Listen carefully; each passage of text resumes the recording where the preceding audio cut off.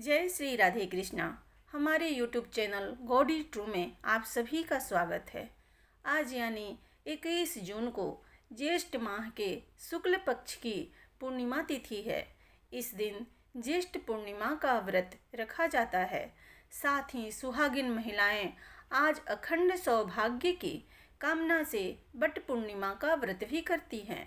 ज्येष्ठ पूर्णिमा का व्रत बहुत ही फलदायी माना गया है। इस दिन अगर विधि विधान से पूजा किया जाए तो जीवन से सभी दुख व कष्ट दूर हो जाते हैं। ज्येष्ठ पूर्णिमा के दिन पूजा के बाद व्रत कथा को अवश्य पढ़ना या सुनना चाहिए। तो आइए सुनते हैं ज्येष्ठ पूर्णिमा व्रत की पौराणिक कथा को। द्वापर युग में एक समय की बात है कि यशोदा मैया ने श्री कृष्ण से कहा, हे कृष्ण, तुम सारे संसार के उत्पन्न करता, पोषण तथा उसके संहार करता हो। आज कोई ऐसा व्रत मुझसे कहो जिसके करने से मृत्यु लोक में स्त्रियों को विधवा होने का भय न रहे तथा यह व्रत सभी मनुष्यों की मनोकामना पूर्ण करने वाला हो। श्री कृष्ण जी कहने लगे कि हे माता, तुमने अति सुंदर प्रश्न किया है। मैं तुमसे ऐसे ही व्रत को सविस्तार कहता हूँ। सौभाग्य की प्राप्ति के लिए स्त्रियों को 32 पूर्णिमाओं का व्रत करना चाहिए। इस व्रत को करने से स्त्रियों को सौभाग्य संपत्ति मिलती है। यह व्रत अचल सौभाग्य को देने वाला और भगवान शंकर के प्रति मनुष्य मात्र की भक्ति को बढ़ाने वाला है। यशोदा मैया कहने लगी कि हे कृष्ण, सर्वप्रथम इस व्रत को मृत्यु लोक में किसने किया था, इसके विषय में सविस्तार पूर्वक मुझसे कहो। श्री कृष्ण जी कहने लगे कि इस भूमंडल पर एक अत्यंत प्रसिद्ध राजा चंद्रहास से पालित अनेक प्रकार के रत्नों से परिपूर्ण कार्तिका नाम की एक नगरी थी। वहाँ धनेश्वर नाम का एक ब्राह्मण था और उसकी स्त्री अति सुशील रूपवती थी। दोनों ही उस नगरी में बड़े प्रेम के साथ रहते थे। घर में धन्य धान्य की कोई कमी नहीं थी। उनको एक बड़ा दुख था कि उनके कोई संतान नहीं थी, जिस कारण से वह बहुत दुखी रहते थे। एक दिन वहाँ एक बड़ा तपस्वी योगी उस नगरी में आया। वह योगी बाकी सभी घरों से भिक्षा मांगकर भोजन किया करता था, लेकिन उस ब्राह्मण के घर से भिक्षा नहीं मांगा करता था। एक दिन योगी गंगा किनारे भिक्षा मांगकर प्रेम पूर्वक खा रहा था कि धनेश्वर ने योगी को यह सब करते देख लिया। अपनी भिक्षा के अनादर से दुखी होकर धनेश्वर योगी के पास गया और बोला कि आप सभी घरों से भिक्षा तो लेते हैं, परंतु मेरे घर की भिक्षा कभी भी नहीं लेते। इसका क्या कारण है? योगी कहने लगा कि हमें धर्म इस बात की आज्ञा नहीं देता, क्योंकि अभी आप गृहस्थ जीवन में एक सुख से वंचित हैं। आपके घर संतान होने पर मैं आपके घर से भी भिक्षा स्वीकार कर लूँगा। योगी ने कहा कि जिसे संतान नहीं है उसके घर से भिक्षा लेने में मेरे भी पतित हो जाने का भय है। धनेश्वर यह बात सुनकर बहुत दुखी हुआ और हाथ जोड़कर योगी के पैरों पर गिर पड़ा तथा दुखी मन से कहने लगा कि आप मुझे संतान प्राप्ति के उपाय बताएं। आप सर्वज्ञ हैं, मुझ पर अवश्य ही यह कृपा कीजिए। धन की मेरे घर में कोई कमी नहीं है, लेकिन मैं संतान न होने के कारण अत्यंत दुखी हूँ। आप मेरे इस दुख का हरण कीजिए। यह सुनकर योगी कहने लगे कि तुम चंडी की आराधना करो। घर पहुंचकर उन्होंने यह सारी बात अपनी पत्नी को बताई और खुद तपस्या करने वन में चला गया। वन में पहुंचकर उसने चंडी की आराधना की और उपवास किया। चंडी ने उसके तपस्या से प्रसन्न होकर 16वें दिन उसको स्वप्न में दर्शन दिया और कहा कि हे धनेश्वर, जा तेरे पुत्र होगा, लेकिन उसकी आयु सिर्फ 16 वर्ष होगी। 16वें वर्ष की आयु में ही उसकी मृत्यु हो जाएगी। अगर तुम दोनों स्त्री और पुरुष 32 पूर्णिमाओं का व्रत करोगे तो वह दीर्घायु हो जाएगा। जितनी तुम्हारी सामर्थ हो उतने आटे के दिए जलाकर शिव जी का पूजन करना, लेकिन पूर्णमासी 32 ही होनी चाहिए। सुबह होते ही तुम्हें इस स्थान के पास एक आम का पेड़ दिखाई देगा। उस पर चढ़कर एक फल तोड़कर अपने घर चले जाना। अपनी स्त्री को इस बारे में बताना।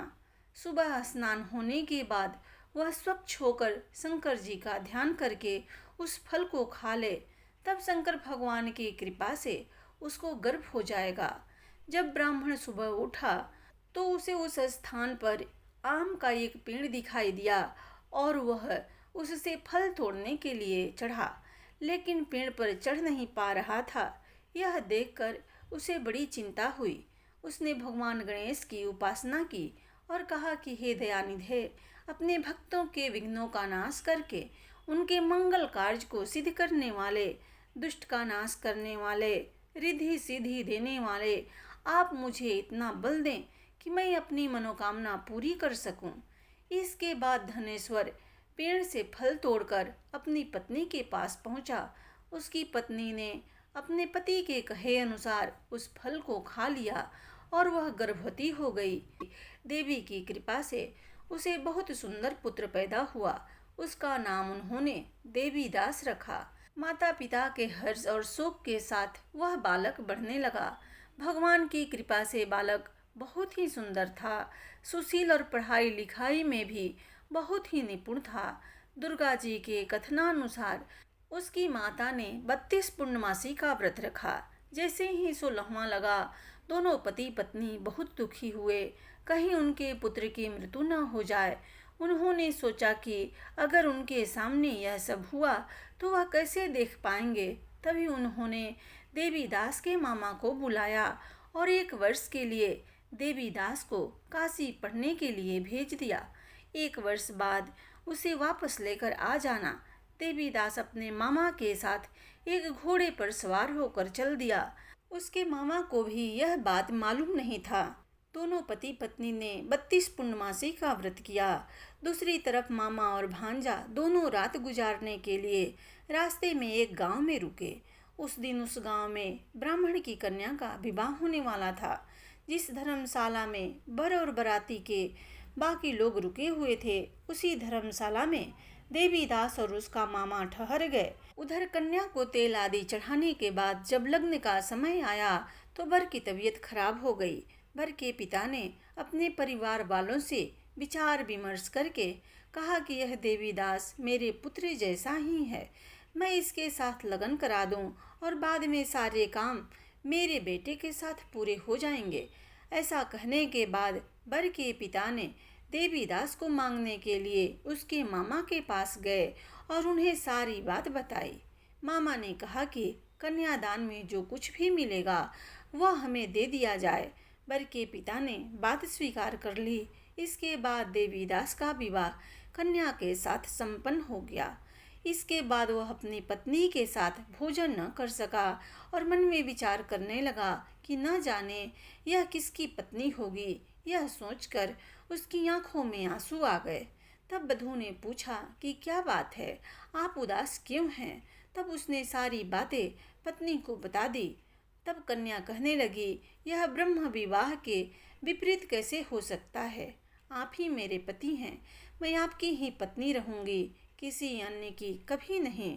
तब देवीदास ने कहा, ऐसा मत करिए, क्योंकि मेरी आयु बहुत कम है, मेरे बाद आपका क्या होगा। लेकिन उसकी पत्नी नहीं मानी और बोली, स्वामी आप भोजन कीजिए। दोनों रात में सोने के लिए चले गए। सुबह देवीदास ने पत्नी को 4 नगों से जुड़ी एक अंगूठी दी और एक रुमाल दिया और बोला कि हे प्रिय, इसे लो और संकेत समझकर स्थित चित्त हो जाओ। मेरे मरण और जीवन जानने के लिए एक पुष्प वाटिका बना लो, उसमें सुगंधी वाली एक नवमल्लिका लगा लो, उसको प्रतिदिन जल से सिंचा करो और आनंद के साथ खेलो कूदो। जिस समय और जिस दिन मेरा मरणांत होगा उस दिन यह फूल सूख जाएंगे। जब यह फिर से हरे हो जाएं तो जान लेना मैं जीवित हूँ। यह समझाकर वह वहाँ से चला गया। इसके बाद जब वर और बाकी बाराती मंडप में आए तो कन्या ने उसे देखकर कहा कि यह मेरा पति नहीं है। मेरे पति वह हैं जिनके साथ रात में विवाद हुआ था। इसके साथ मेरा विवाह नहीं हुआ है। अगर यह वही है तो यह बताए कि मैंने इसके साथ क्या किया है, और साथ ही कन्यादान के समय जो आभूषण मिले उन्हें दिखाएं। कन्या की ये सारी बात सुनकर वह कहने लगा कि मैं यह सब नहीं जानता। इसके बाद सारी बारात अपमानित होकर लौट गई। भगवान श्री कृष्ण बोले कि हे माता, इस प्रकार देवीदास काशी चला गया। कुछ समय बीत गया तो एक सर्प उसको डसने के लिए वहां आया, लेकिन वह उसको काट नहीं पाया क्योंकि उसकी माता ने पहले ही 32 पूर्णिमा का व्रत कर लिया था। इसके बाद खुद काल वहां पहुंचा। भगवान की कृपा से तभी वहां माता पार्वती और भगवान शिव जी आ गए। देवीदास को मूर्छित दशा में देखकर माता पार्वती ने भगवान शिव से प्रार्थना की कि हे महाराज, इस बालक की माता ने पहले ही 32 पूर्णिमा के व्रत कर लिए हैं, आप इसको प्राण दें। भगवान शिव ने माता पार्वती के कहने पर उसे प्राण दान दे दिया। उधर उसकी पत्नी उसके काल की प्रतीक्षा कर रही थी। उसकी पत्नी ने जाकर देखा कि पुष्प और पत्र दोनों ही नहीं हैं, तो उसको बड़ा आश्चर्य हुआ। और जब उसने देखा कि पुष्प वाटिका फिर से हरी हो गई तो वह समझ गई कि उसका पति जिंदा हो गया है। इसके बाद वह बहुत ही प्रसन्न होकर अपने पिता से कहने लगी कि हे पिताजी, मेरे पति जीवित हैं, आप उनको ढूंढिए। जब 16वां वर्ष व्यतीत हो गया तो देवीदास भी अपनी मामा के साथ काशी से घर वापस चल दिया। उधर उसकी पत्नी के परिवार वाले ढूंढने के लिए जा ही रहे थे कि उन्होंने देखा कि देवीदास और उसका मामा उधर ही आ रहे हैं। उसको देखकर उनके ससुर बहुत प्रसन्न हुए और उसे अपने घर ले आए। वहां सारा नगर इकट्ठा हो गया और कन्या ने भी उसे पहचान लिया। देवीदास ने इसके बाद अपनी पत्नी और मामा को लेकर वहां से चल दिया। उसके ससुर ने भी उसे बहुत धन दहेज में दिया। जब वह अपने घर की तरफ चल रहा था तो उसके माता पिता को लोगों ने खबर कर दी, तुम्हारा पुत्र देवीदास अपनी पत्नी और मामा के साथ आ रहे हैं। ऐसा समाचार सुनकर पहले तो उन्हें विश्वास नहीं हुआ, लेकिन जब देवीदास आया और उसने अपने माता पिता के पैर छुए तो देवीदास के माता पिता ने उसका माथा चूमा और दोनों को अपने सीने से लगा लिया। दोनों के आने की खुशी में धनेश्वर ने बहुत दान दक्षिणा ब्राह्मणों को दी। श्री कृष्ण जी कहने लगे कि इस तरह धनेश्वर को 32 पूर्णिमाओं को व्रत के प्रभाव से संतान प्राप्त हुई।